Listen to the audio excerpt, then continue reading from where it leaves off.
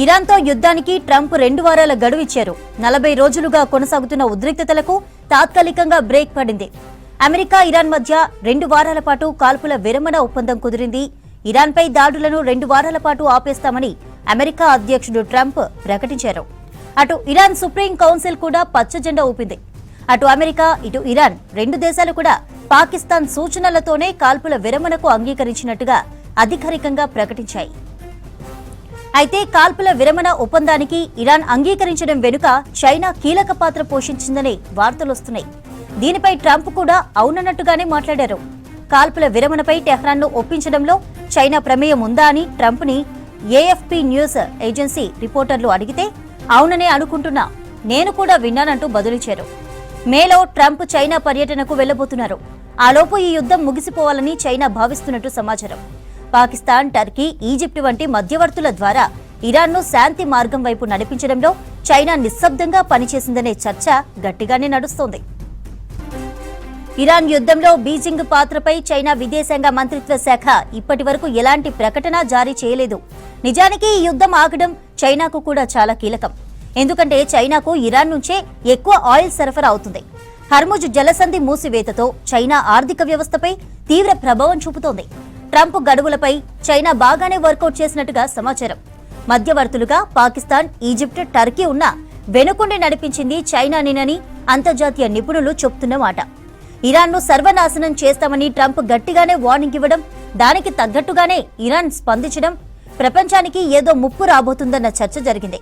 Trump పెట్టిన గడువులోపే ఇరాన్ను దారిలోకి తెచ్చే ప్రయత్నం చేసింది చైనా. శాంతి చర్చలపై చైనా అధికారులు నేరుగా ఇరాన్ కీలక నేతలతో సంప్రదింపులు జరిపినట్టుగా తెలుస్తోంది. వాస్తవానికి చైనా విదేశాంగ మంత్రి వాంగ్ యీ ఇరాన్, ఇజ్రాయెల్, రష్యా, గల్ఫ్ దేశాలతో 26 సార్లు ఫోన్లో మాట్లాడినట్టు తెలుస్తోంది. ట్రంప్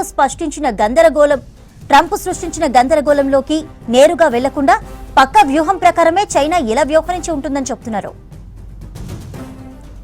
ఇరాన్తో యుద్ధానికి ట్రంప్ 2 వారాల గడువిచ్చారు. 40 రోజులుగా కొనసాగుతున్న ఉద్రిక్తతలకు తాత్కాలికంగా బ్రేక్ ఇచ్చారు. అమెరికా, ఇరాన్ మధ్య 2 వారాల పాటు కాల్పుల విరమణ ఒప్పందం కుదిరింది. ఇరాన్పై దాడులను 2 వారాల పాటు ఆపేస్తామని అమెరికా అధ్యక్షుడు ట్రంప్ ప్రకటించారు. అటు ఇరాన్ సుప్రీం కౌన్సిల్ కూడా పచ్చ జెండా ఊపింది.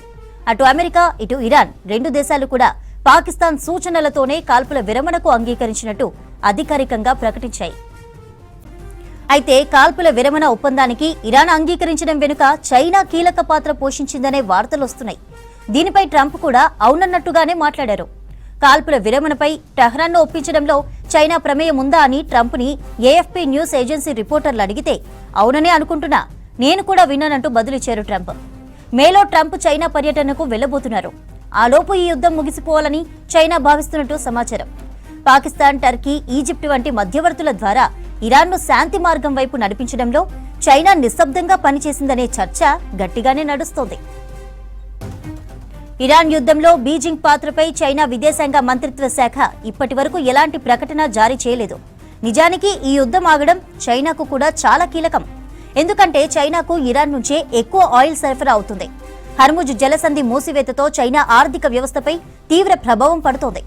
ట్రంప్ గడువులపై చైనా బాగానే వర్కౌట్ చేసినట్టు సమాచారం.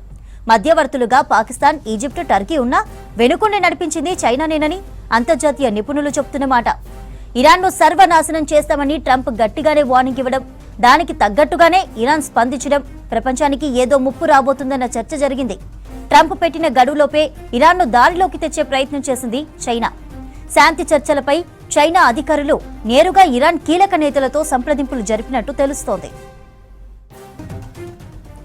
వాస్తవానికి చైనా విదేశాంగ మంత్రి వాంగ్ యీ ఇరాన్, ఇజ్రాయెల్, రష్యా, గల్ఫ్ దేశాలతో 26 సార్లు ఫోన్లో మాట్లాడినట్టు తెలుస్తోంది.